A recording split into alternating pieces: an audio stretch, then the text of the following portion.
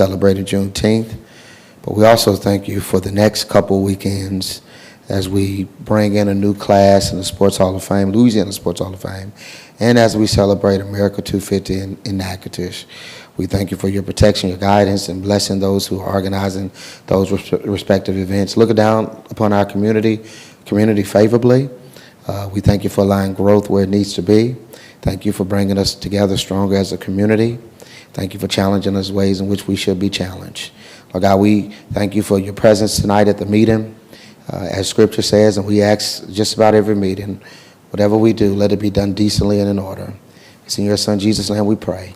Amen. Amen. Amen. Now will you join us in reciting the Pledge of Allegiance? I pledge allegiance to the flag of the United States of America and to the republic for which it stands, one nation, under God, indivisible, with liberty and justice for all. All right, thank you all for participation in the pledge. And we're just going to ask that while we're having this meeting, which I think it's going to be a pretty short meeting for us tonight, but while we're having the meeting, just here it is. The City Council encourages public participation in the decision-making process and appreciates it when residents bring issues of concern to the community. Comments are limited to no more than 3 minutes per speaker. This time may be reduced. Members of the audience should respect the rights of others and shall not create noise or other disturbances to disrupt or disturb persons who are addressing the City Council. All persons addressing the City Council shall speak in a civil and courteous manner. Speakers shall address the agenda topic to which they are speaking on and shall not be repetitive. And again, as usual, we thank you for adhering to those particular instructions. All right, next we have the reading and approval of our minutes from our June 8th meeting. Mayor, make a motion that we dispense with the reading of the minutes of June 8, 2026, and that they be adopted as recorded if there be no corrections. Second. Okay, motion made and seconded to adopt the minutes as they have been recorded. Any comment about this particular motion?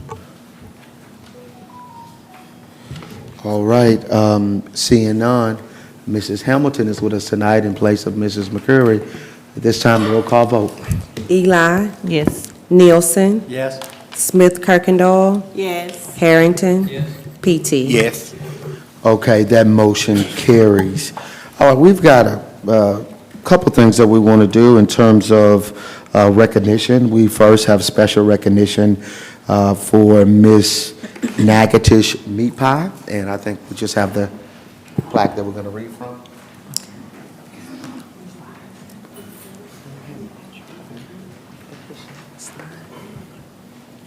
All right, we know that Natchitoches Meat Pie Festival is third weekend. Is it the third weekend in September? I think it is. Is that right? Dusty Joe? Third weekend in September. And so I see we have Miss Emmy here, and I think she's going to have some remarks. But the plaque that we have for her tonight simply says, congratulations on behalf of the city of Natchitoches, presented to Emmy Fashke, 2026 Miss Natchitoches Meat Pie Festival, in acknowledgement of achievement on this day, the 22nd day of June, in the year of 2026, and signed by yours truly. Emmy, you have some remarks. Yeah, and please, what we do, just our protocol, state your first and last name, and you can get into whatever remarks you want to get into. So my name is Emmy Fashke. I'm the current Natchitoches Meat Pie Festival Queen. A little bit about me, I'm 22 years old. I live in Lake Charles, and I'm a nursing student at Suella. I was crowned Miss Natchitoches Meat Pie on September 6th in 2025. Since being crowned, I've been able to travel to 29 events with a total of 4,745 miles. It's been an honor to wear this crown and banner and to be a representative of such a historic and welcoming city. Being a Louisiana Festival Queen has given me the opportunity to travel our state and take in all of the unique culture, history, and industries that our state has to offer. It also gives me the opportunity to advocate for and educate others on the city of Natchitoches and the Meat Pie Festival. Some of my favorite events that I've been able to go to, I got to crawfish in Breaux Bridge. I learned how to properly clean a duck and got to hold an alligator in Cameron Parish. I came and volunteered at the trunk or treat here. I was presented at the Crew of the Nine Ball, And my top is getting to ride in the Christmas parade and watch the fireworks show with my little queens. Recently, I was invited by the governor's office to attend Sail 250 in New Orleans to serve as a Louisiana ambassador of culture and hospitality. We were able to welcome over 3,000 military service members to our state during this event. This year, I've used the invitation of come hungry and leave happy when speaking about our festival. As you step on the Riverwalk, you're immediately hit by the sound of music from the main stage, laughter from children playing, and the aroma of those delicious meat pies cooking as you walk down the river. After diving into the full experience of our festival, I have no doubt that people indeed come hungry and leave happy. And if you're anything like me, you leave with leftovers in case you get hungry on the ride home. I'm so blessed to have had the opportunity to represent the Meat Pie Festival in the beautiful city of Natchitoches. Thank y'all.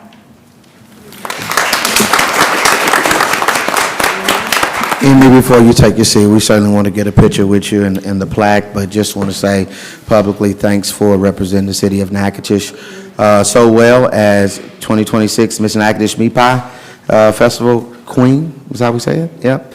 I think not just one of the best festivals in Natchitoches, but one of the best festivals in all of Louisiana. So we'll snap a quick picture with you, okay?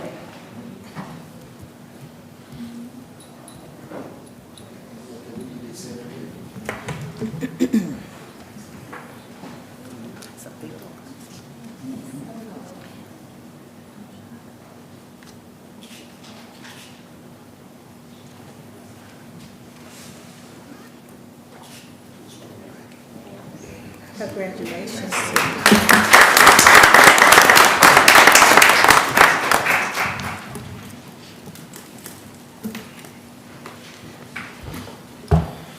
All right, so we have 3 young ladies that we're recognizing next.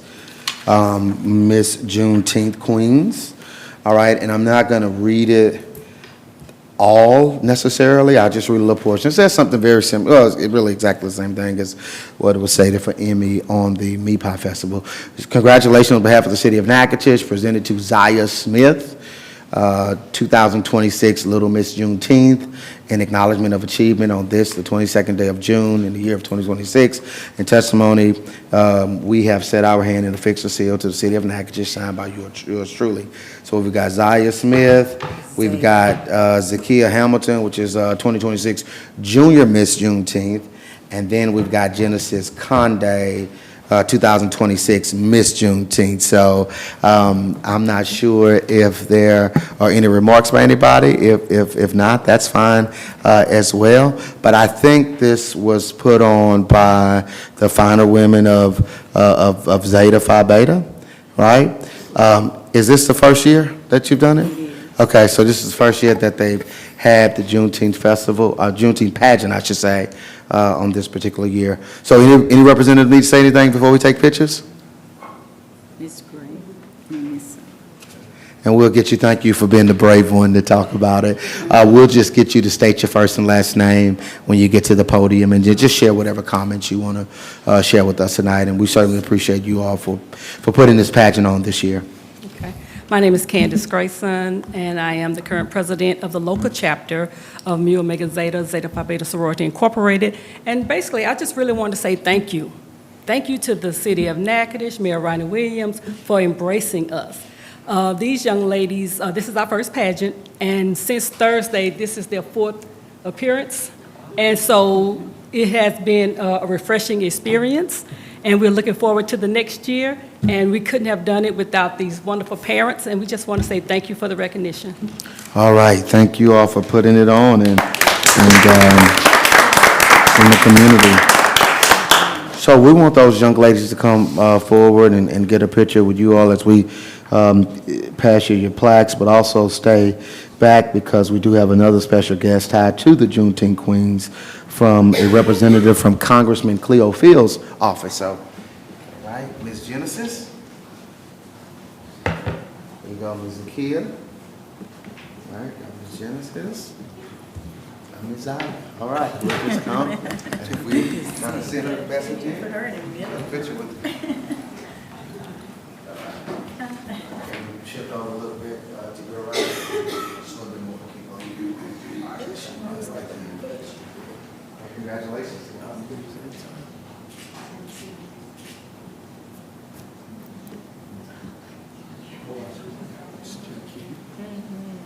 Kevin, I can get you their names.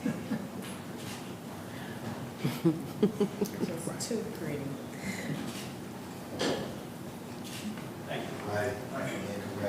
Congratulations. Got it, good. Oh, we got another, we need you to photo.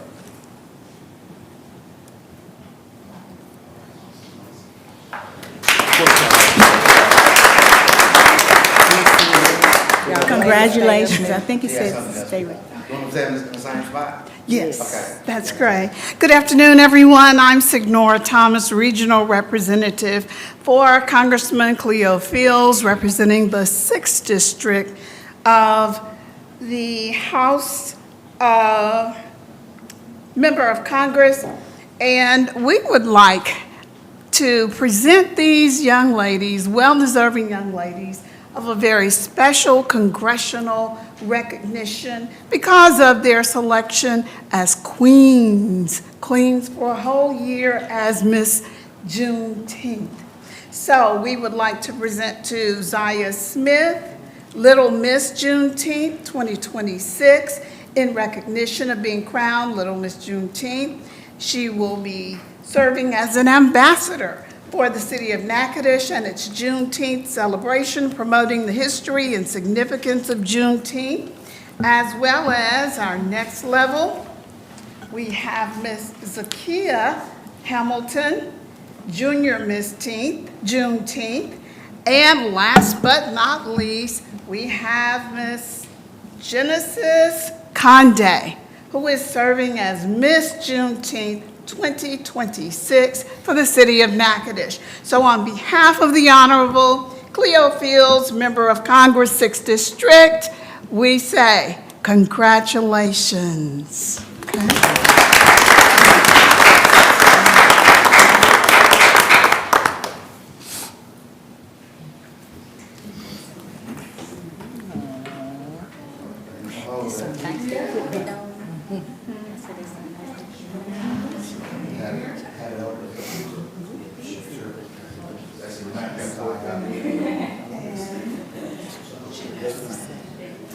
Y'all got it.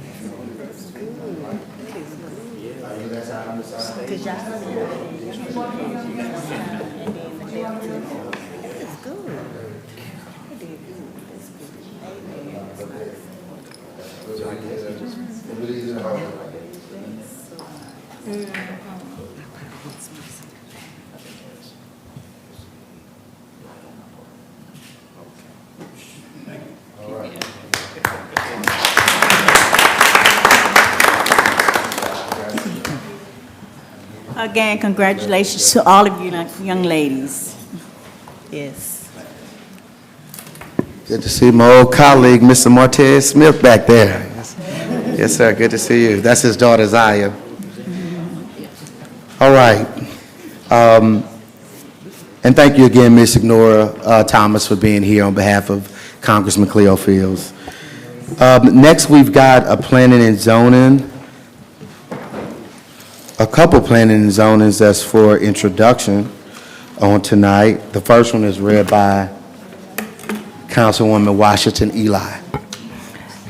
Thank you, Mayor. Ordinance number 21 of 2026, an ordinance amending ordinance number 64 of 2001 by changing the zone classification properly described as to rezone the following lot containing 3.5 acres, section 56, 57, Too Short, North Range 7 of North Side Kaiser, shown as a plot covenants book 443, page 67, and 8.5 inches to strip 50 by 195 foot between lot 3 and block 0, lot 4, block Blanchard Road subdivision, whereas the Planning Commission of the city, state of Louisiana had recommended at their meeting on June the 9th of 2026 that the application of Eric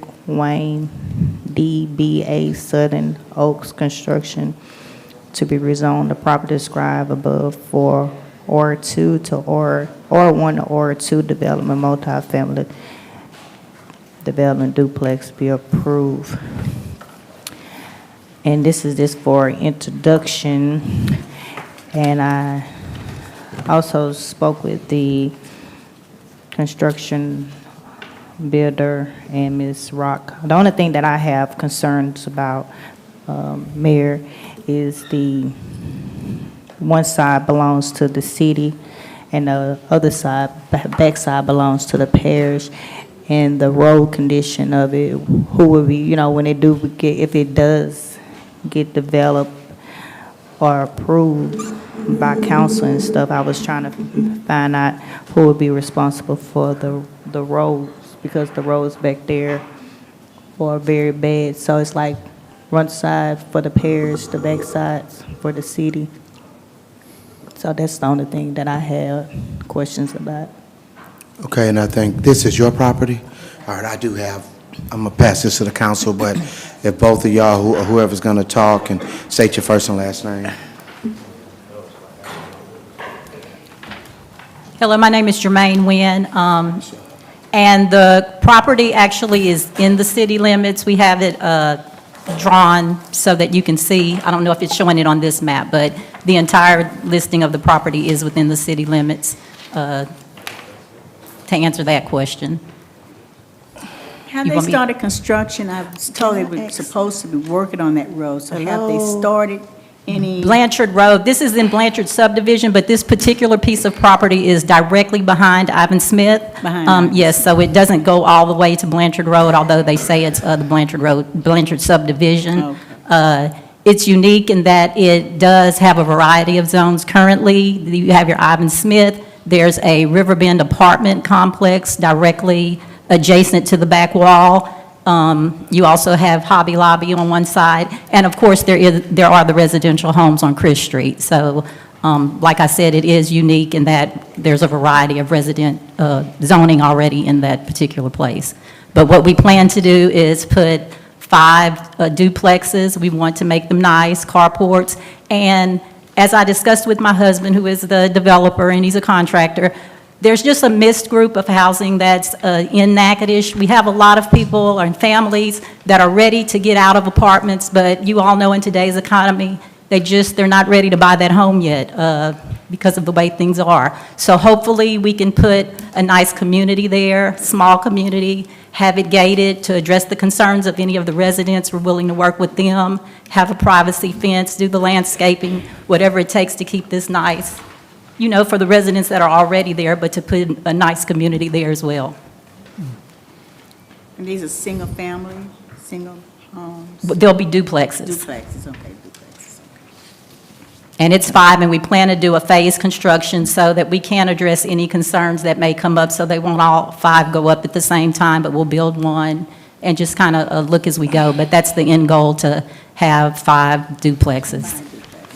Can I speak? Those duplexes put you in the mind of like an alloy circle. Y'all familiar with that part of town? Are you familiar with that part of town? Yes, sir. Oh, so that's Yes, sir. duplexes. Yeah, okay.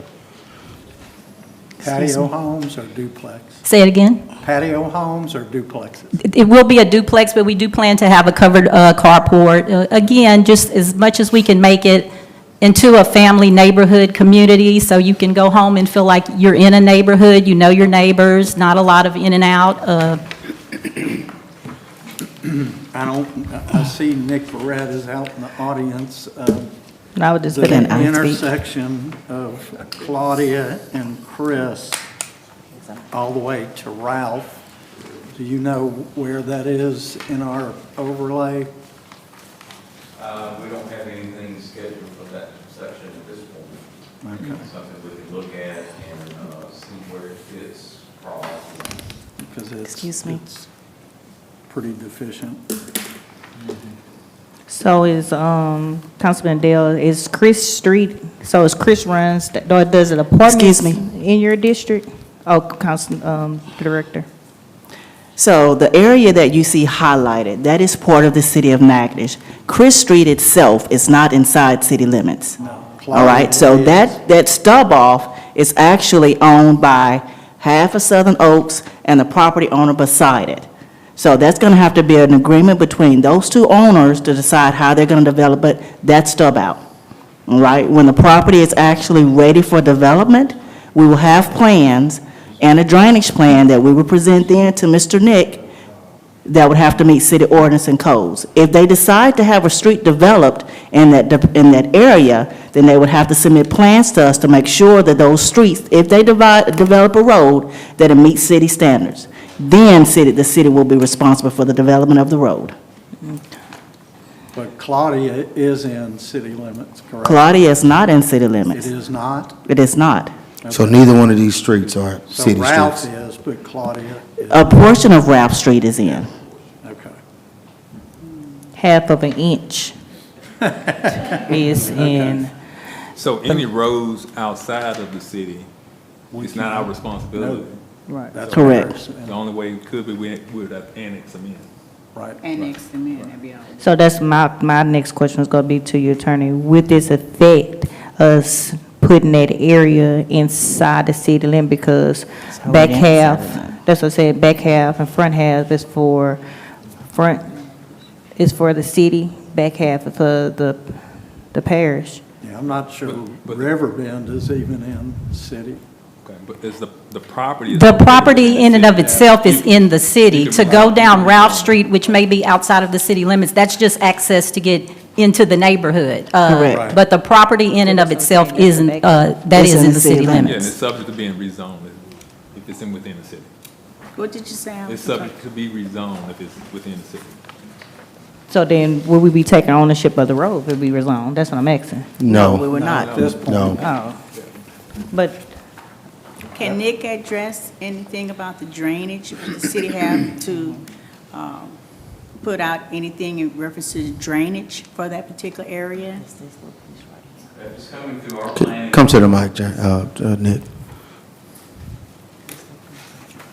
Nick Barrett, city engineer. If it's coming through our planning and zoning, through the city planning and zoning, it would have to meet the city ordinance, which requires that the post-development peak runoff not exceed the pre-development peak runoff. So we would have to have a drainage study and do all that to determine if on-site detention is needed or whatever other provisions that would allow them to meet that ordinance. Because right now, the city is not maintaining the drainage. It's not. Again, I'm not responsible sure for which it. sections Which are section? part of the city and which sections are not part of the city system. Anything within the city system, we should be maintaining that roadside drainage.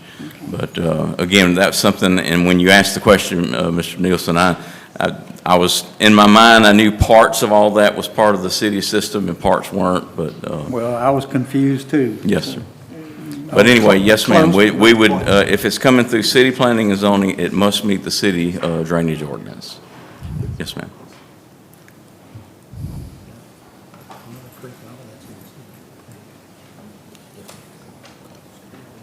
Any more questions? have you talked to the residents Yes, in the area? yes, ma'am, we have talked, and the particular resident where we share the entranceway with them, my husband has talked with them, myself as well. And again, we're willing to, their main thing was just not worrying about the entrance, it was more their safety, because they will share that with us. But, we've told them that we're willing to work with them, put up a privacy fence, do the landscaping, and again, make it attractive for their part of the yard, keep them safe, as well as do what we need to do to maintain our property. Again, we want it safe, we want it nice also. We're investing in this.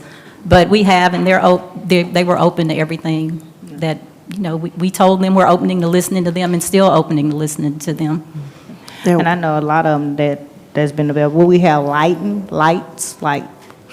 Yes, all of that, we'll go along with it. We didn't go into discussing lights particularly, but again, in a subdivision like this, we're wanting it well lit for families, for if they have kids that are outside, just all of that goes along with it. And anything that the city deems that we have to have, of course, we'll have to have that as well. Just to let you know, there wasn't anyone that came out in opposition of this application. Everyone that came out was more or less curious about what they were doing. But we had an ordinance full. There was not one person or family came out against it. They did ask questions, and the owners were here to present what they were proposing. So it'll be up to them to submit to planning and zoning the plans for our review, to make sure that they're in compliance with every part of a subdivision development that the city ordinances present. And I think this overwhelmingly passed the Planning and Zoning Commission. It did. Maybe one dissenting vote, but that's it. That was it.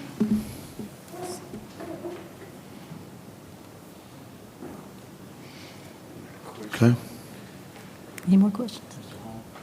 Now, we typically, this is just for introduction, we typically don't allow on introduction, but it will come back to us first meeting in July. Okay? Any other comments, questions, council? What, can you tell me, this might not be the place, but, so what's the next step? What actually happens at this So point? it'll come back, our first meeting in July is what day? That'll be the final voting. That's gonna, Whatever that Second. second Monday in July, it'll come back to the city council for a final vote. Okay. At that time, do we speak again, or anything we want to say, we need to Yeah, say yeah, it yeah. now? At that or- time, you come again, you'll speak, and then we'll allow the audience to ask questions and share Okay. any concerns Sounds too. that would actually be July 13th. July 13th. So July 13th, we'll see you again. Okay, thank you Okay? so much. Thank y'all for being here, okay? Righty. So again, that was just for introduction. We have another planning and zoning piece for introduction, and it's read by Councilwoman at-large Smith Kirkendall. Thank you, Mayor. Ordinance number 022 of 2026, an ordinance amending ordinance number 64 of 2001 by changing zoning classification of the property described as Lot Con 2 acre located on the northwest corner of the intersection of I-49 and Louisiana Highway 6 in Section 49-8, and it's shown on Plat CB 529, page 625, and described as follows. Beginning at the northeast corner of Lot 4 of Westwood Estates, I-49 commercial lots, as shown on a plat of survey by Jack Farmer dated June 16, 1992, and recorded at map slide 334-B. Thence N46 DEG degree 47 miles minutes east 411.118 feet to the point of BEG, said point of BEG north 13 DEG 02 MIN 10-6. This plat being 5300 University Parkway, whereas the Planning Commission of the City of Natchitoches, State of Louisiana, has recommended at their meeting of June 9th that the application of Cherie Enterprises, LLC, DBA Hampton Inn, to rezone the property described from B3 to B3 with additional BA zoning for consumption on premises be approved, and this is for introduction only. Okay, Chantrell, say a little bit about this? Yeah, Hampton Inn, they're looking for just additional ways to take care of their patrons that come to the hotel. They're wanting to do like so many of the larger hotels are doing, like in Dallas and everywhere else. They have a small bar, and they're just wanting to be able to serve beer and wine to the people that are utilizing the hotel. But they have to have BA zoning to do that. And that's it. Yeah? That makes sense. Comments or questions, council? And this is owned by, Cherie Enterprises, okay. Gotcha. Yeah, this is and right behind Huddle House.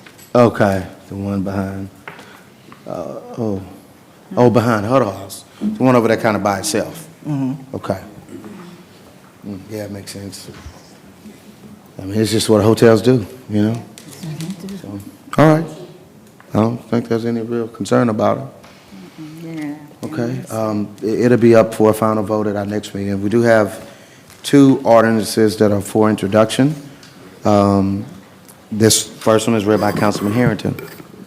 This is ordinance 23 of 2026, an ordinance authorizing the mayor of the city of Natchitoches, Louisiana, to enter into a memorandum of understanding with the Natchitoches Economic Development Alliance, which said memorandum provides for services to be provided by the Natchitoches Economic Development Alliance, providing for a one-year term, providing for advertising, further providing for severability, and further providing for a repealer and effective date of ordinance.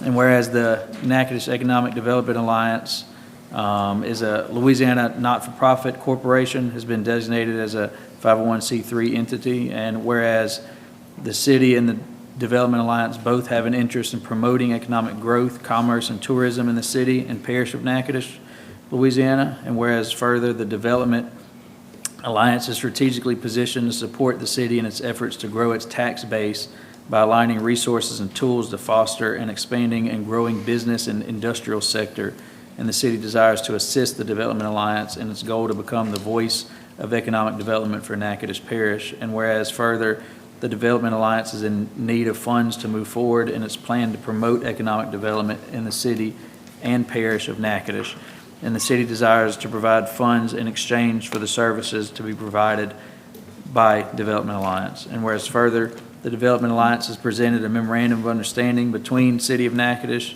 and Natchitoches Economic Development Alliance, a copy of which is attached here too. And whereas further, under the terms of the agreement, the Development Alliance will provide the following services to the city: maintain updated, professional, and useful economic development website for a one-stop information, be the lead contact for economic development requests for proposals and information, lead the evaluation and development of business and industrial sites, serve as local liaison for business retention and expansion visits in conjunction with LED and NLEP, and provide expertise, experience, and leadership for special projects and initiatives of the administration.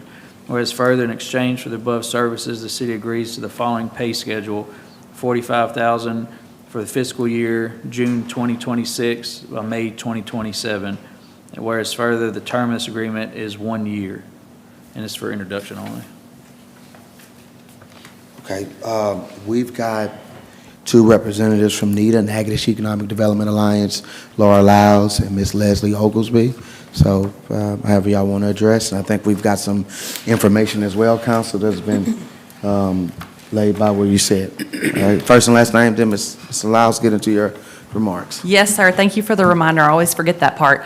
Good evening, Mayor and council members. Laura Lyles, President and CEO of the Natchitoches Area Chamber of Commerce, and tonight I have my NEDA hat on, and I serve as the Executive Director for the Natchitoches Economic Development Alliance.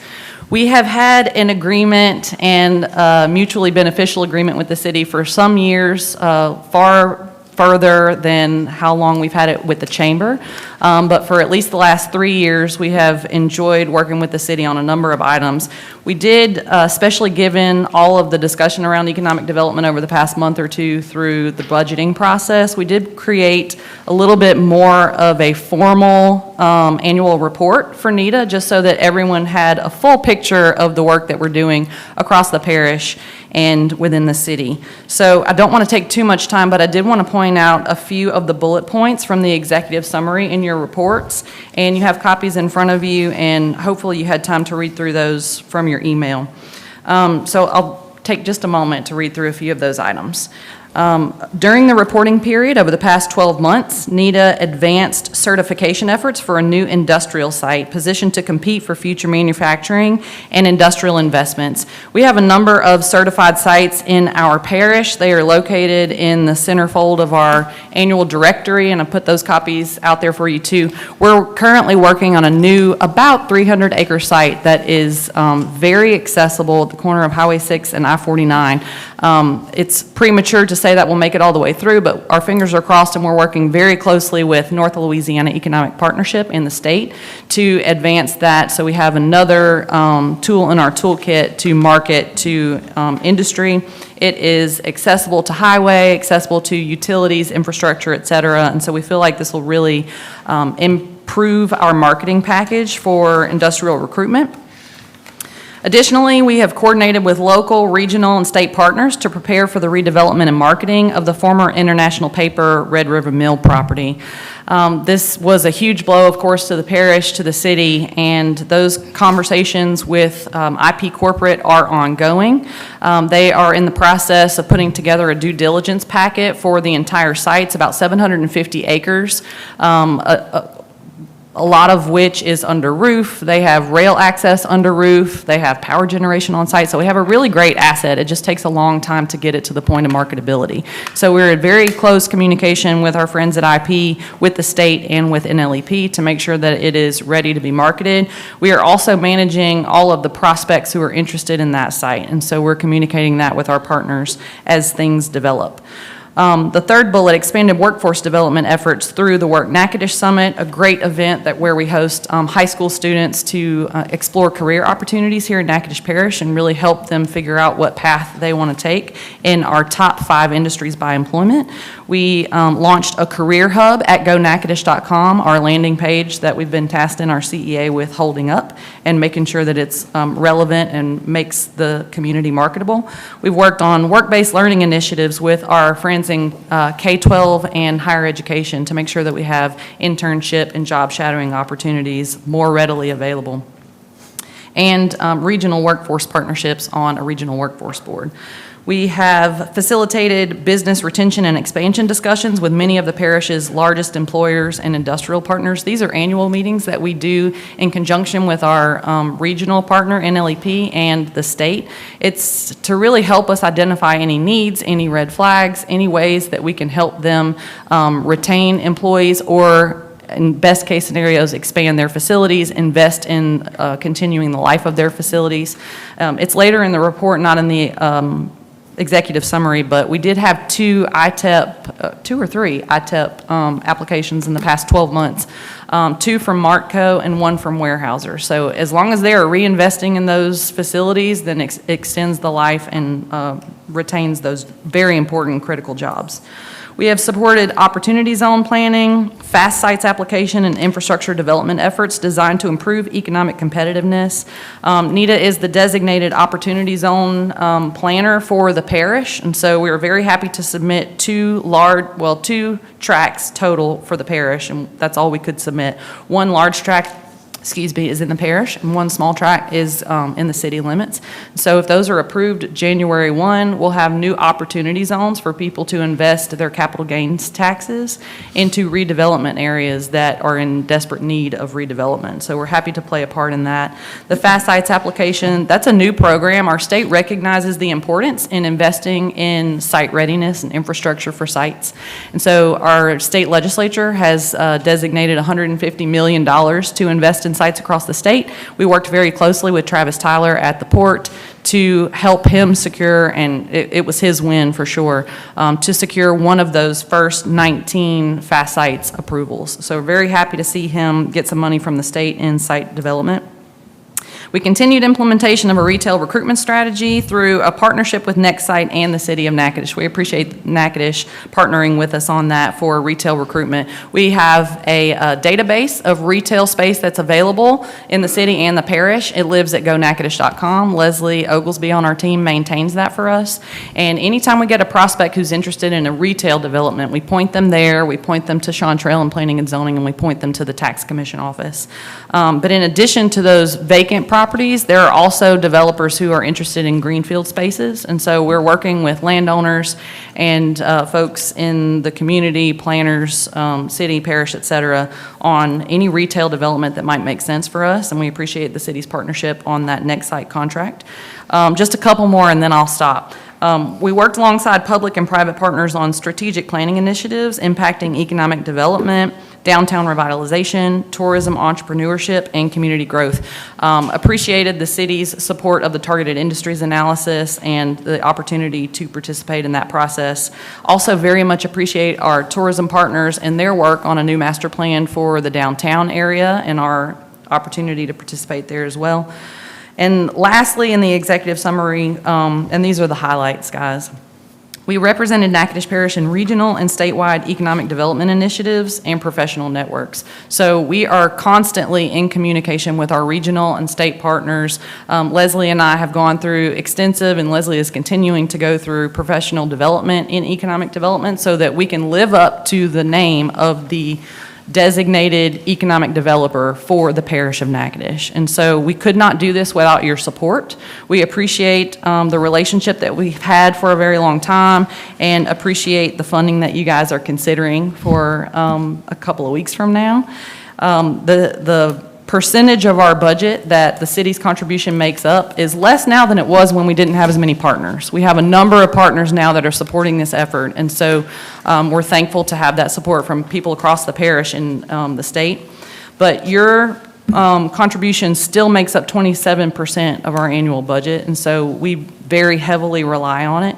And I just want to thank you guys for your support thus far. I appreciate your consideration of continued support. And if there's anything I could be greedy and ask for, it is a consideration of a 3-year CEA rather than a 1-year. That is an agreement that was in place with my predecessor and Mayor Williams' predecessor. We've talked about doing it for a number of years, but I've never asked you guys in a formal setting like this. So if it's not able to be done, we completely understand and appreciate the 1-year agreement, but a 3-year commitment would really help us forecast planning and budgeting and would help us just focus on the work. So I'd be happy to answer any questions that you all have. I have a question. Yes, ma'am. Okay, with the lots and everything that you have, do y'all have any type of infrastructure that y'all have in mind now? Yes, ma'am. Do, So this is a longer conversation that I'd be happy to have offline, but off the top of my head, some of the things that are very big ticket items that would help us attract business and industry down the road is this certified site that we're moving towards has a couple of access points, but it runs along I-49. And so long-term planning, if we could open up some roadways down I-49 to connect Highway 6 to Highway 478, then you open up a lot more industrial development land, and including some school board property and other partners' property that is along Highway 478 and close to another certified site on the other side of the interstate. So that's one of very many examples. That's a big price tag. It would take a lot of coordination, probably from the city and the parish, to my parish councilman in the front seat. Yeah. And we could potentially leverage any support from the city and the parish to go to the state and ask for a larger pot of money to help support that incremental planning. So do y'all have any type of people that's in big industries looking out for not just housing, I'm talking about like jobs, you know? Yes, Yeah. absolutely. So that's what I'm referring to. You know, we can have, you know, we have someone here with housing. We have several people come with housing, and majority of them, you know, might not like it. But I'm talking about jobs. Right, I completely understand. Those are the folks that we're targeting as well. Primary jobs lead to secondary jobs like our restaurants, healthcare, education, et cetera.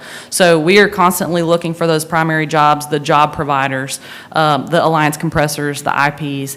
And I'm thankful to say that our partner out at the Natchitoches Parish Port is a huge asset for us. We remain in very close communication with him, and he's got a strong prospect pipeline at the port.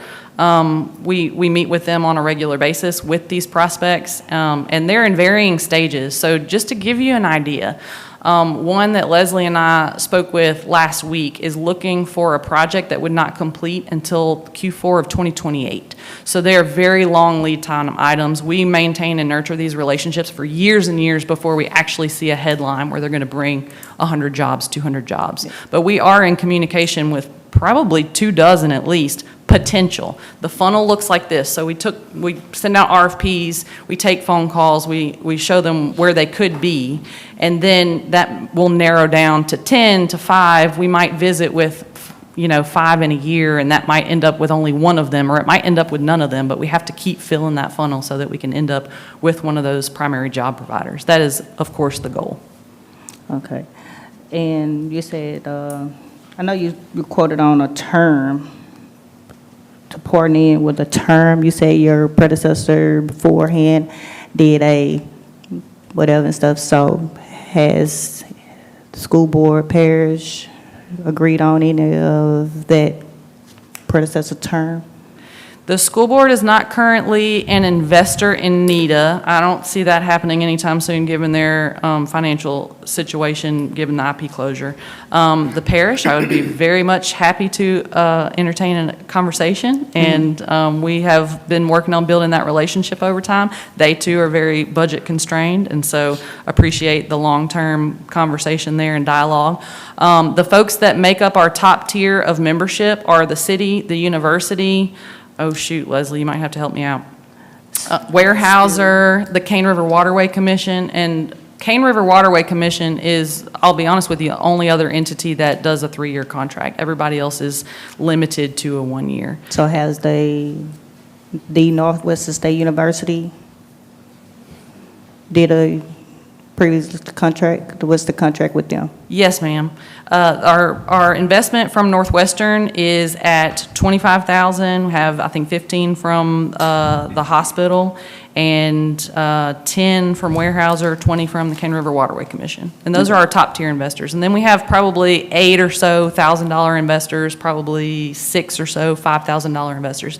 And if we have anybody who's interested in supporting this work in the audience, we would be happy to have a conversation with you. Yeah, only reason why, because I'm asking stuff, because you said a 3-year contract and stuff, is because long-term and stuff, you know, the resident wants to look at long-term as in inside their community and stuff. So that's the reason why I ask and stuff, because in District 4, we want long-term, you know, that they can see drainage issues, you know, housing development, things like that, mowers and roads. So that's why I asked that, but I greatly appreciate what you're doing. I appreciate that. Anytime you're able to join us for our NEDA breakfast, we would love to see you. Any other questions? You talked about, and you talked about the long term, and it's like you mentioned, example, like the negotiations, you said it was the end of 2028, someone was talking about moving forward. And so the negotiations and working with them, the prospects are long term. Yes, And very much so. So to me, it only makes sense to have a not year by year, because then how can you base your budget off of, if you don't know next year, you're going to get it? And when you have something down the road in 2028, for instance. So I get what you're saying. To me, it makes sense to have it. I don't think 3 years is unfair to ask. You're not asking for 15 years, you know? We can't, if it was an amount you're asking for, like if you came saying, can I get, you know, $75,000, you know, which of course would be great, I know, but we couldn't, the budget's already worked out. It would be, but I don't know why we couldn't, Alex, amend this to add the term to 3 years. Are you listening, Alex? Yeah, I'm listening to you. We couldn't do it, we couldn't, the amount we couldn't change, but the term. Could we change this term? This is an introduction, right? Yeah. But the term would change to money, dollars. No, not the money, Not the money, just money, a term. not the money. No. Just a term. But if they don't have the money in the terms, that's what you're missing. So if you do, this is a 1-year pocket. So if you do it 3 years, you got to have some pockets. Yeah. You get what I'm saying? We give it to them every year. How many years have y'all gotten? It's been, Probably 10, honestly, far longer than the mayor and I have been here. Tony Davis, prior to me, I think the city was at $50,000 at that time, and Mayor Posey at the time. I think the university was also at 50 at that time, and that was the total of the NEDA budget. And so since then, we have gained some other investors and helped minimize the request from a lot of our investors. So the So our decrease amount- was like 5,000, because you said it was 50,000. so Yes, it's- ma'am. so our amount went down, and we've been doing it for 10 years, so why? And don't quote me on 10 years, but I've been at the chamber for 7, so at least 7, I would imagine probably more like 10. Yeah. So this investor, it'd be you looking for, so basically, what is the money being used for, basically? Explain that. Yes, ma'am. Well, that's why I started with the report. So, and to be very clear, if we did not have the support from the city, Leslie would probably not have a job, just to be Okay. honest with you. So And the where's work- Leslie? Leslie Oglesby Okay. there in the purple Let shirt. Miss Leslie, come up. I haven't, can you come up to the podium, please? I understand that because I haven't met Leslie yet, and this is a big package, and I haven't read it, and I know the public wants to know too. Explain with Leslie. Miss Leslie, could you come to the podium, please? Thank you. We'll just And get you to state Could your I first just- and last I'm name. sorry, could I just finish answering the question real quick before we pass it to Leslie? So I started with the activity report to show you what all that we're doing. Yeah. So I read just a few bullets of the executive summary. I read it. I Okay. want Leslie to speak now. Yes, ma'am. Thank you. Mayor, Yes, ma'am. if I can, to answer Mr. Harrington's question, if we extend the term from 1 to 3 years, we could just add a non-appropriation clause subject to with us having the money available, so we can extend it. There's Normally, also a our sever- Contracts are for 1 year following the budget, but if we added 2 more years, we just put a non-appropriation clause in. Yeah, I think that was Councilwoman Rose' concern, if the money gonna be there, so that makes sense. Yeah. You know, 'cause like you mentioned We with have the it. budget, everything is budgeted. But my thing is this, and I keep stressing, we're putting money, I have certain things that's in certain areas, planning and zoning, public works, that need money. Not saying that y'all don't need none either, but these are areas that are in majority of District 4. I'm not quoting from whoever else that's up here on the board, but I know the money that y'all trying to allocate somewhere else, I need it in planning and zoning and public works. You know, we all come up here criticizing from which district, from which district, from which term, from which term. This is this term. At this point, everybody wants development. I don't see no development, but every day, each of us ride in even areas, we have a ditch that's overflowing. We have a road that need to be patched. We have drainage issues. But us sitting up here trying to negotiate a term and some money allocated and stuff, I'm not in favor for it. If it can't be in public works and planning and zoning, I'm not in favor. And that's all I have to say. But I just wanted you to introduce yourself, because I haven't met you though. Hi, my name is Leslie Oglesby. I'm the manager of Economic Development Research. I've been with the Chamber for a year.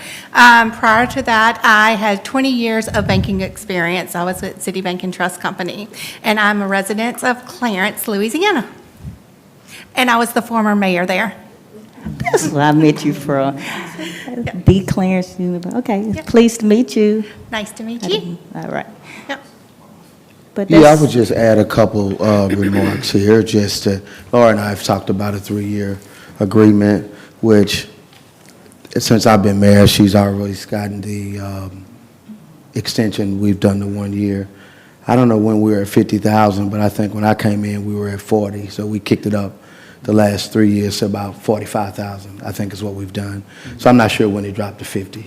It had to be before I came on board. So I like the 1 year because of accountability, probably what most of your, because you only have Cambridge Waterway Commission, that's a 3-year. I like the 1 year because it just keeps us, where we have to come back, and this is such an important endeavor to make sure we're being proactive, if you could say it like that, about economic development. Even though she's asked for the 3-year, maybe, 2 or 3 years ago, we've still funded it. So you still get, so far, it's still been getting funded without a 3-year agreement. So I still would say I prefer the 1-year agreement, is what I prefer. So do we have an option, the question, do we have an option to opt out of even the 1-year agreement, is what we're saying? Yes, ma'am. There's a Altogether. severability clause. Okay. I think with the IP closing and the heightened awareness and the 3 years of expertise that you guys have shown, I would back the 3-year. I think we're all in this together, and it's all about pushing Natchitoches forward. We're not pushing Natchitoches forward with drainage issues. With economic development. No, we're you not. have to- The only economic development that Natchitoches had development that I done seen are restaurants. Long-term. So long-term, Long-term on the ditch. This is but long-term. we're talking long-term with drainage issues, that we didn't have roads. So I don't know what type of negotiation or whatever went on and stuff. But the part is that we as a board needs to look more deeper into roads, into drainage issues that is overflowing. And if we're gonna issue any type of more money, we need to be looking at them two down there.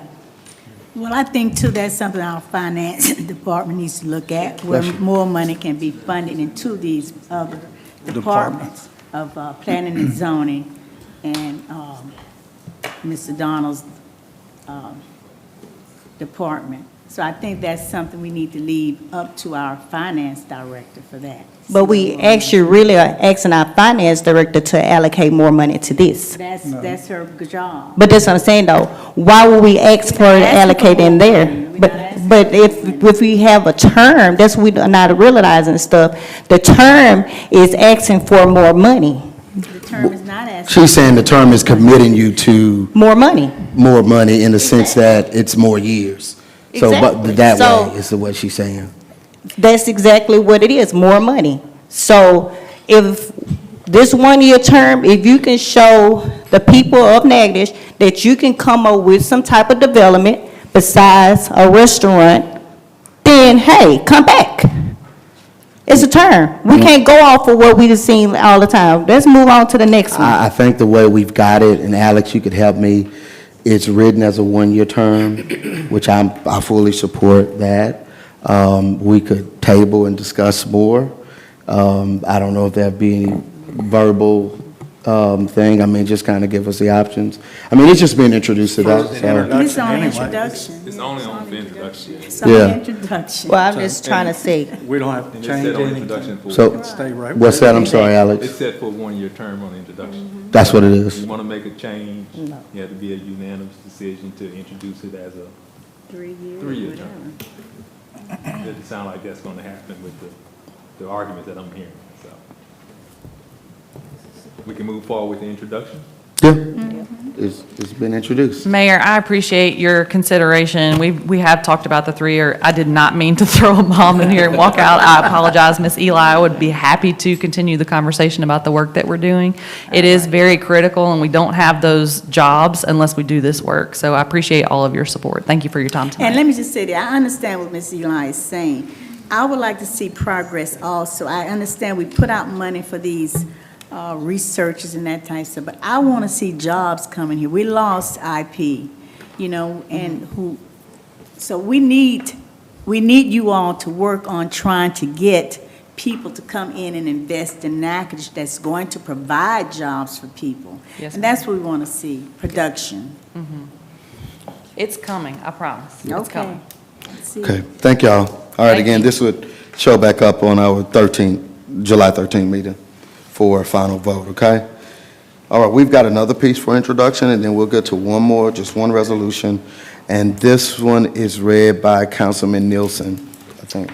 Ordinance number 24 of 2026, an ordinance to end and reenact Section 30-18B, which is located in Article 4 of Section 30 of the Code of Ordinances of the City of Natchitoches entitled Utilities. Said amendment being made to implement a change for electric service rates, providing for advertising, further providing for severability, and further providing for a repealer.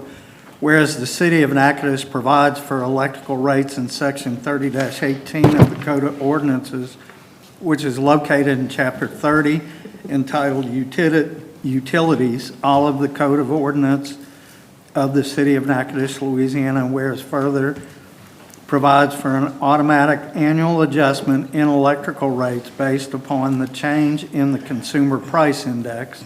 And whereas further, this automatic increase in electrical rates will lead to harsh consequences for the citizens of the City of Natchitoches, and it is the desire of the City Council of the City of Natchitoches to take steps to reduce the impact.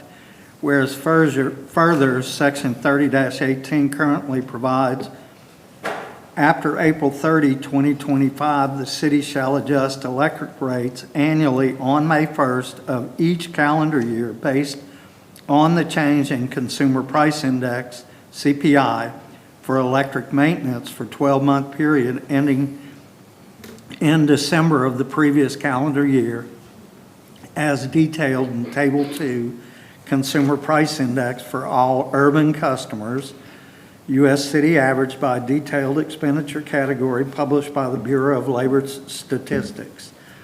Whereas further, it's been proposed that Section 30-18 be amended to provide, after April 30, 2026, the city shall adjust electric rates annually on May 1st of each calendar year, not to exceed the change in Consumer Price Index, CPI, for electric maintenance for 12 months period ending in December of the previous calendar year, as detailed in Table 2, Consumer Price Index for all urban customers, U.S. city average by detailed expenditure category published by the Bureau of Labor Statistics.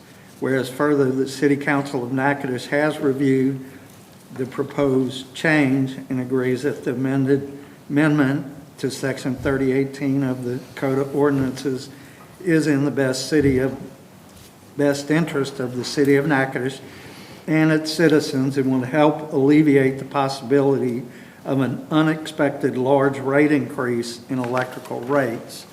Whereas further, the City Council of the City of Natchitoches, Louisiana desires to amend and reenact Section 3018 of the Code of Ordinances of the City of Natchitoches to provide for a change in electrical rate increases based upon the CPI, and now therefore be it ordained by the City Council of the City of Natchitoches, Louisiana, as follows. Section 1, Section 3018 of Code of Ordinances of the City of Natchitoches is hereby amended and reenacted to amend subsection 3018, which shall read, after April 30, 2026, the city shall adjust electric rates annually on May 1st of each calendar year, not to exceed the change in Consumer Price Index for electric maintenance for the 12-month period ending in December of the previous calendar year, as detailed in Table 2, Consumer Price Index for all urban customers, CPI-U, U.S. city average by detailed expenditure category published by the Bureau of Labor Statistics, BLS, all ordinance as part of ordinances in conflict herein and hereby repealed. If any portion of this ordinance is declared to be invalid or unconstitutional in any manner, the invalidity shall be limited to that particular section or provision and shall not affect the remaining portions of the ordinance, which shall remain valid and enforceable. It being the intention of the City Council that each specific provision shall be deemed independent of all other provisions herein. And the ordinance shall go into effect upon publication in accordance with law. And this is for introduction. Okay, that's a lot there. But just to put it in layman's terms, when we were deliberating internally about this year, there's some questions about the language as it's written. When we were talking about this in 22 and 23, it wasn't our intent. I know Clarissa, Matt was the utility director at the time, and council, y'all were involved in some of those discussions as well. The intent wasn't to have it written so I think CPI is a good thing, just from a business standpoint, but there are those who think that the way it's written now, it's saying that we have to get it to what the official CPI is. And we just think that that's unbearable to our residents, businesses. So I think when you think about water and sewer and electrical rates, I think the official CPI is, it combines, you put them all together, 10%. That would be a 10% increase on top of what gas is doing, which is not our fault. It's not a problem. It's not something we made happen like that. But again, just thinking about the residents, honestly, that is too much of an increase, we felt. So it's more of a clean up the language type deal, so that we could have some flexibility, that not to exceed language that you see there.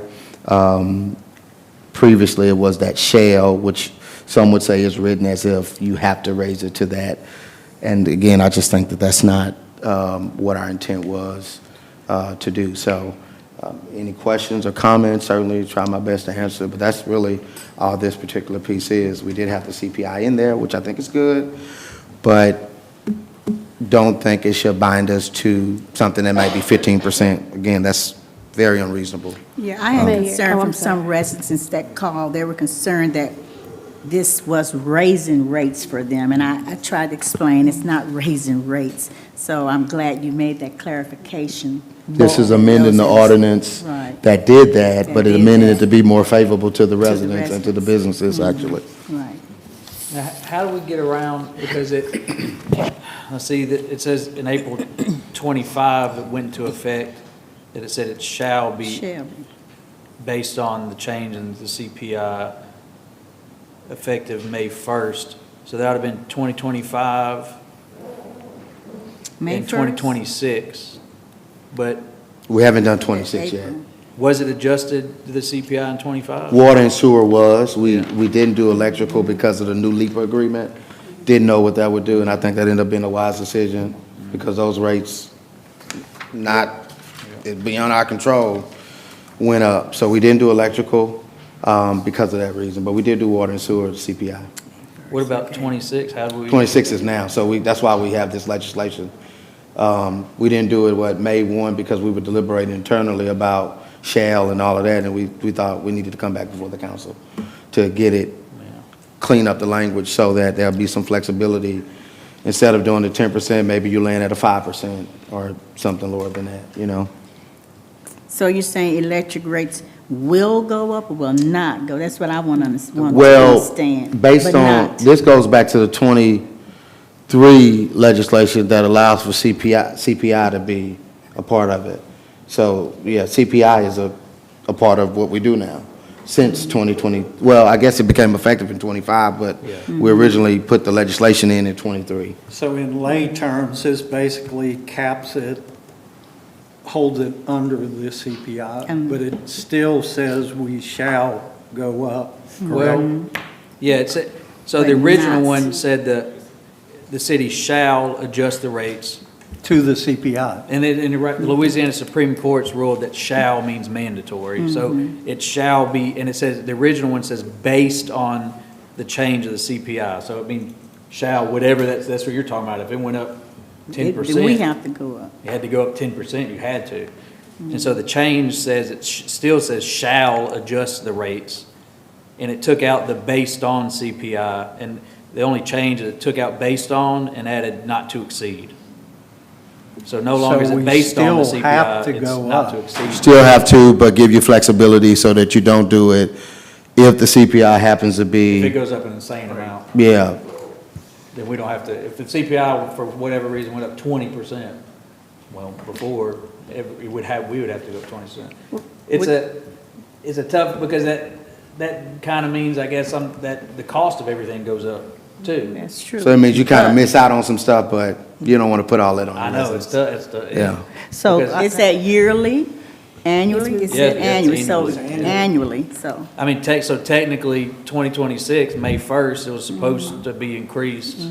So how much would it post to be? I think Director 10% Chris Brown wanted combined. to speak. It was over 10% Over 10%. combined. So I just want to make sure that we're clear, and I know you guys have stated this, I'm not, restating it, I just want to make sure that everybody's clear that this is not saying that we're going to go up automatically to whatever that max is. CPI is a recommendation every year on pretty much every industry in the entire world. This just says, cleans it up to where we don't have to go, that we can increase it, but it doesn't have to be to that max point. So even us looking at our budget saying that we need a half cent more to cover any type of increase in cost of supplies or maintenance or upkeep, then we can make that judgment, but we don't have to go all the way up to the max, because the max may create a burden on our constituents. So that's what we're trying not to do. This is actually in favor, because and I'm not saying which way to vote, but as it sits right now, you're at the point where where you have to go unless you veto that whole ordinance, which I don't think that we are sitting at that point. This helps us move forward in a positive manner in regards to us thinking through the impact of rate increases annually, but we don't want to get to where we don't increase rates for 20-something years like we were before, and then you have such a large gap and you're trying to catch up, and then there is some type of immediate heavy impact to our constituents. What we want to do is to be able to chomp at it bit by bit each So when we go year do that, as we, what do you mean? We're not going over it over right now. What do you, well. The CPI is in there. The CPI is This an is already in annual thing. the So what the CPI is? consumer CPI price is a index. consumer price index. It tells us, based on the cost of everything, this is how you should adjust your rates. And this is, this But it doesn't say inflation the is what it dollar is. amount. Like, Well, dollar amount can't be depicted because it's based on percentages. That's what the CPI gives you and says that cost has risen for this particular industry 8%. You should absorb that or somehow close that gap, because that's where your cost is probably going, that's where your cost increase will sit at for the next upcoming year. That's what the CPI tells us. And right now, as it's written, it's telling us that, yes, you have to increase the rates by that amount because you have to be able to cover the cost. But we're saying we may not want to do that because there may be a negative And that wasn't the impact. intent either. Yeah, so what we're saying is we are more than likely, can't say guaranteed, hopefully I'm not, biting off more than I can chew, more than likely won't go to the max, because we're always considering the impact on our constituents. But you don't lose all that ground. But you either. don't lose all that ground, and the CPI is a national thing, so of course, we're in different, price structure than other cities. So you also take that into consideration, because that is an average over the entire nation. That 8% may not be needed for Natchitoches, right? It may be 1%, it may be a 0.5%. So that's why we want that flexibility, so we're not mandated to take that full amount. Is there, go ahead. How will we come up with an amount? Like if the costs are increasing for, water and sewer, I mean, how are we gonna come up with, I mean, are there utilities? Does he have reserve in utilities? And There is a reserve in utilities, and what you look at is budgetary wise, what are your needs? Budgetary wise, what is your previous 12-month history on spending? What that increase in cost was? Did we have any shortfalls with maintenance, or do we have any infrastructure shortfalls? And we look at what that is estimated to be, and then we look at, okay, do we pass that on to the constituents through that rate increase not to exceed the CPI? Right. Or do we absorb it? Yeah, so if he came and said, I need, and it came out at 3% with the CPI only increased 2%, no, we can't go above that. We can't do that, yeah. But With the new language. Right, exactly, yes, sir. So how do we get around, I don't see how we get around, this is I guess, Alex, a question for you too, is May 1st, the original language was still in effect. And it doesn't matter that they were negotiating changing it, that was in effect where it said it shall increase on it based on that. So how do we get around to it not increasing? Calculating it for 1 month on the CPI and then reverting to this original language potentially. But it says on May 1st of each calendar year. Right. I mean, what month we in, June? Yeah, June. Yeah, I have to look at that. Whether or not we have to increase it for 30 days to being applied as new ordinance. I wouldn't think so, but I'll take a look at it for you.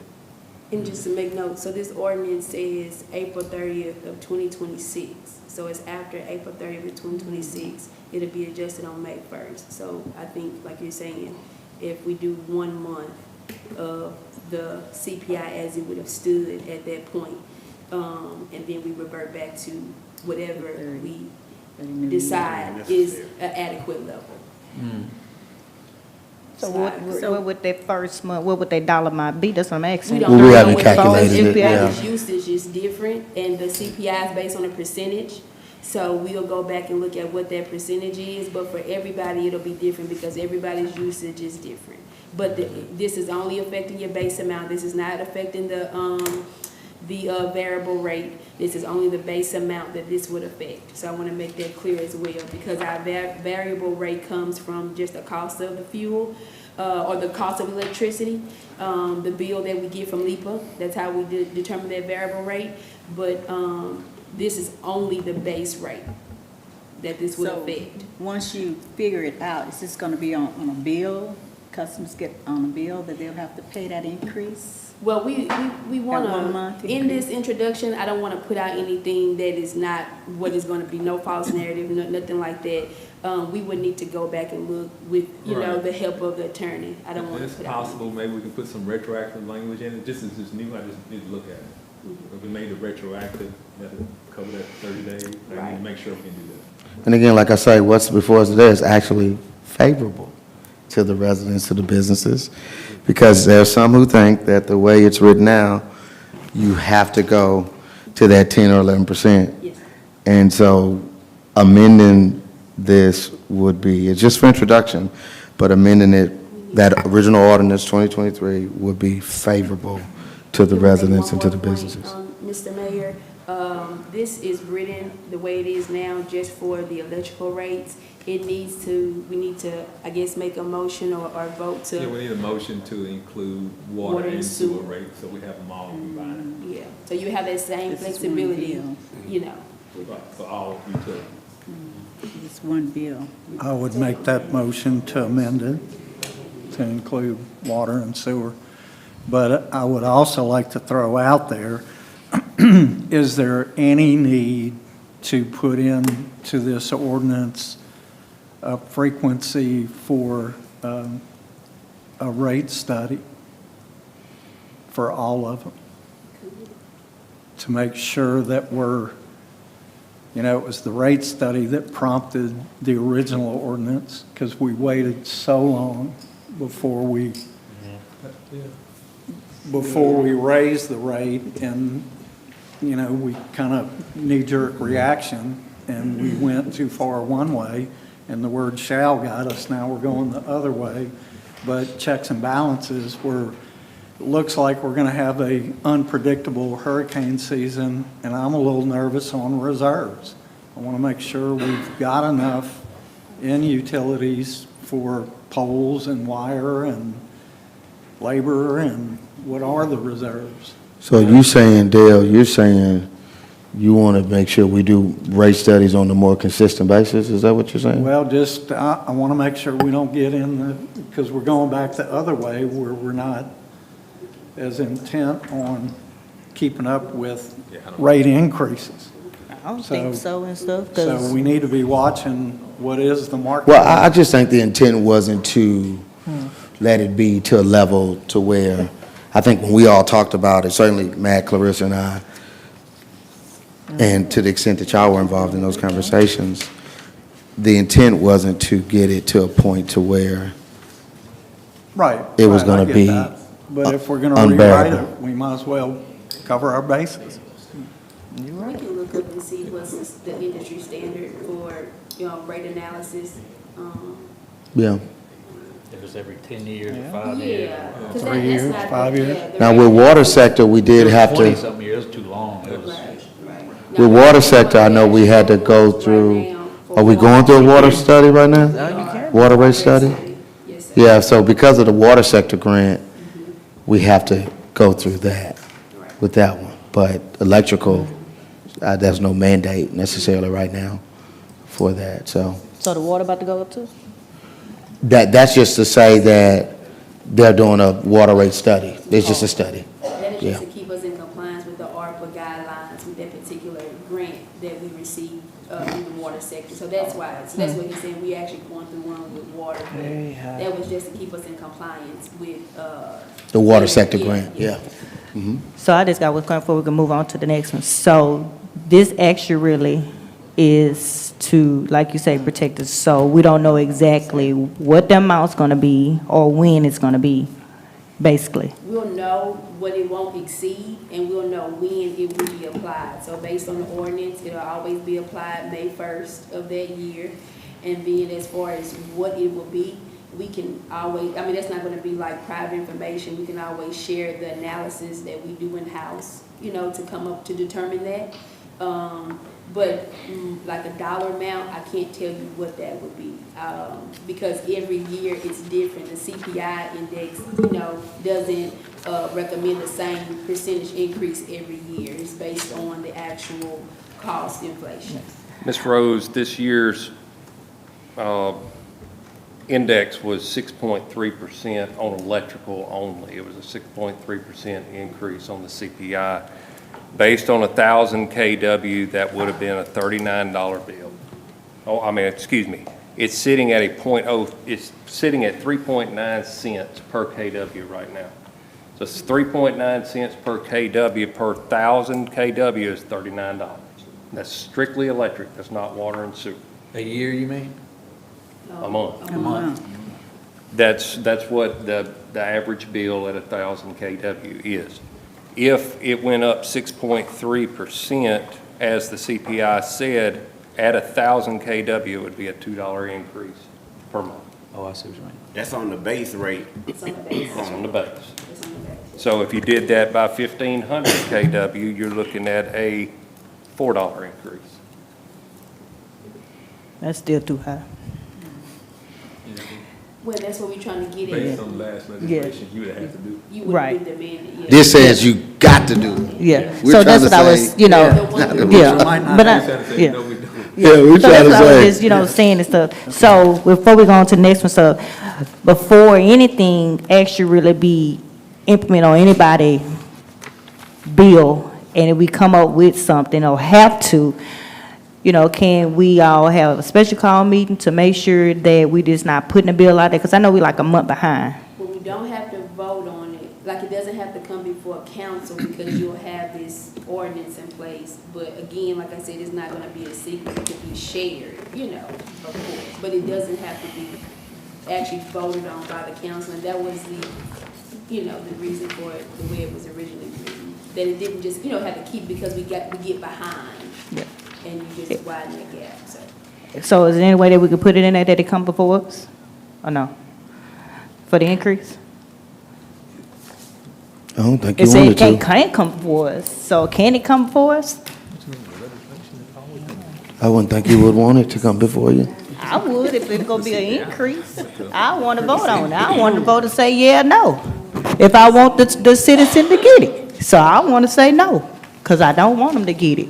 You know, that, and then that's why I wanted to come for me to make that decision for, you know, I don't know about the rest. By us but being here District with this 4. legislation, Yeah. we have the mindset to not have, that's the whole point of this legislation. We don't want it to be unbearable. So on the that's why residents. I want, you know, more as in to see if we can add that in there, that it come before us to where we can do it. You know, we've been behind, you know, everybody, and I'm gonna leave it from what I gotta say on this, and then we're gonna move on to the next one.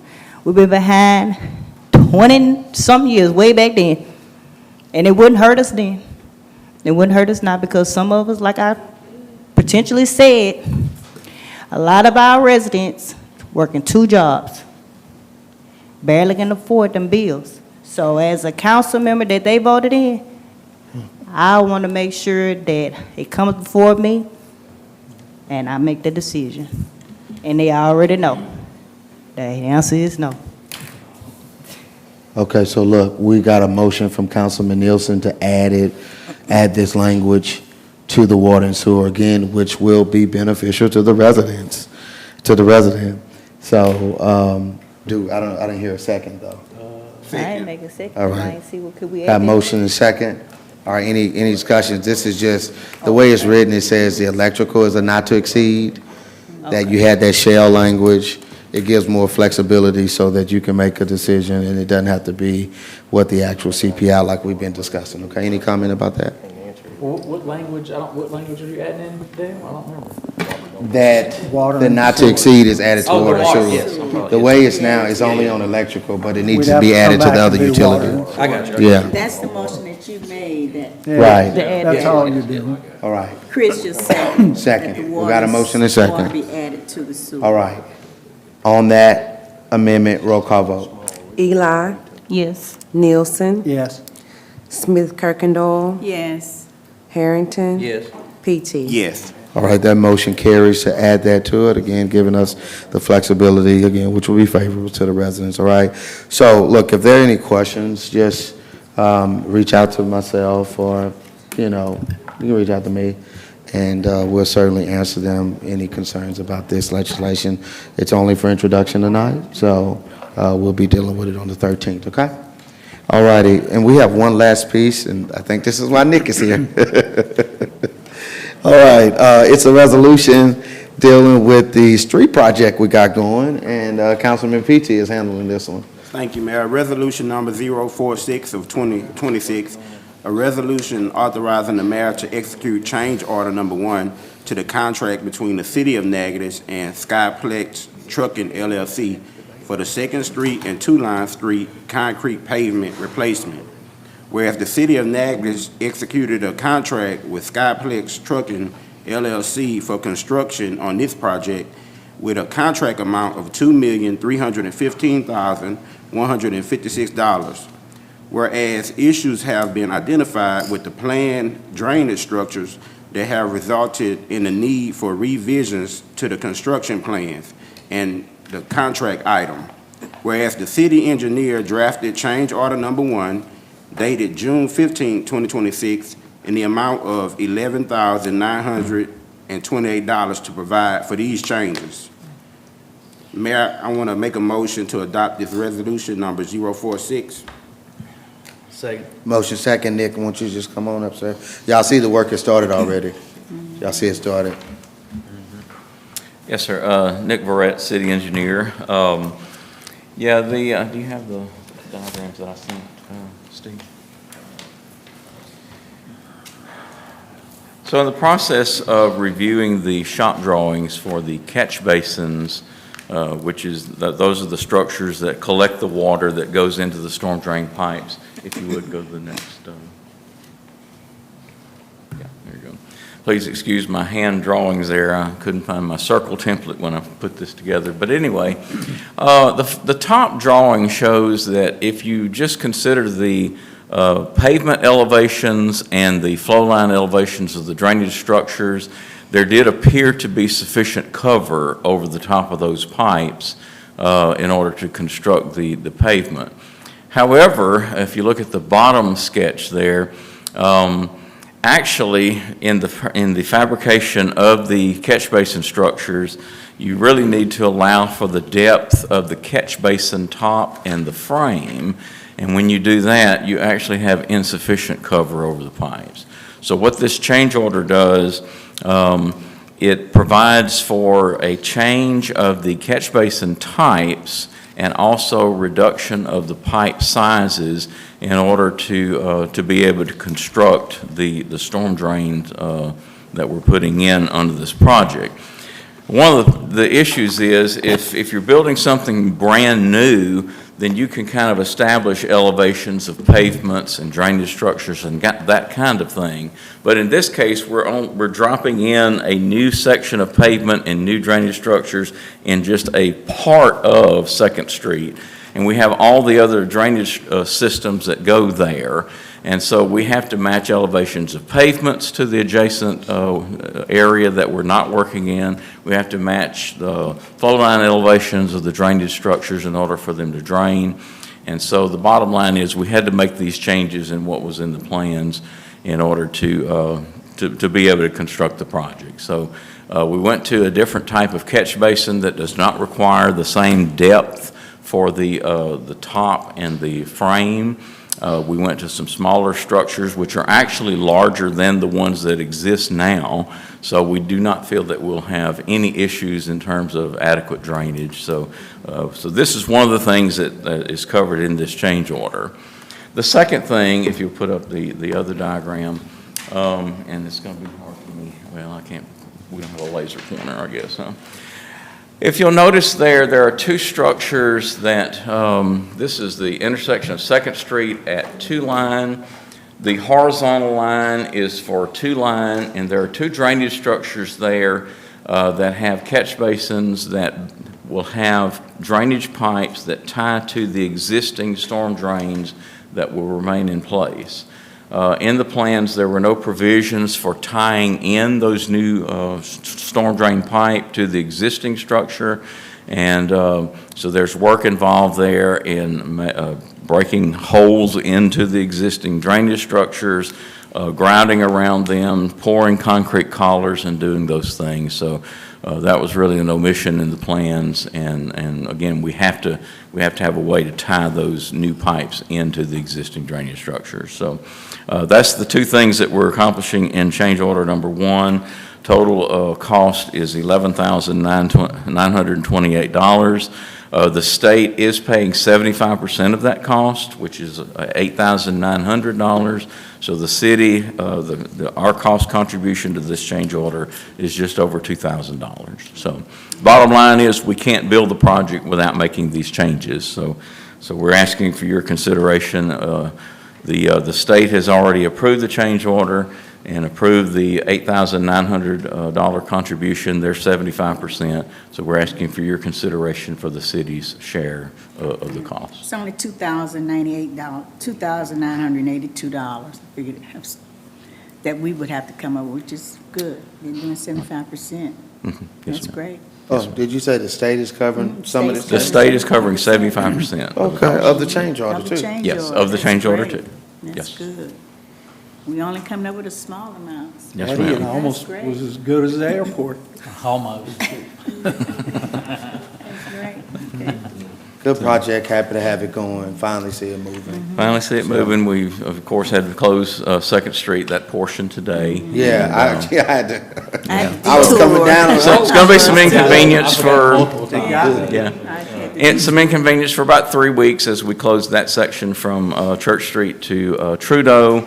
When they finish that section, they'll move to the next section from Trudeau to 2 Line and then start working down 2 Line. Just So, a quick question. You may have said it and I didn't hear it. How long did you say that project was going to take on Second Street? it's 210 contract days, which if you just, that's calendar days, so it's about 7 months, but they should be done well before 7 months. If they're not finished in 7 months, they're losing lots of money. So they have a vested interest in trying to get the project completed as well. And of course, our interest is to lessen the exposure and the inconvenience to folks, and then to get everything done well before we have Christmas festivals and all those kinds of things. So we feel like there's not going to be any issues in completing it well ahead of schedule. And I say this, think about Nick in our private emails. He's always considering those cultural things we have on. He knows Christmas Fest and other festivals are important. So he's always thinking about, we got to get these projects done, right? But we also know that, what this city is built upon, type of thing. So I just And give I him think, credit on that. I'm sorry. One of the issues that was identified when we talked about the project at a previous council meeting was even like the antique car show. So we feel like with the phasing that we have now, that we will be completed on Second Street, and we should be able to accommodate everything for that. So, and for on 2 Line. So. If necessary, we'll hold them off on that section of 2 Line, but it's very possible we'll have it all done. Yes, ma'am. And I know this is leading towards the bridge situation, it's kind of the big picture. The big picture, yes. So what's, as of right now, DOTD is still saying a project letting for the Church Street Bridge of July of next year. Yeah.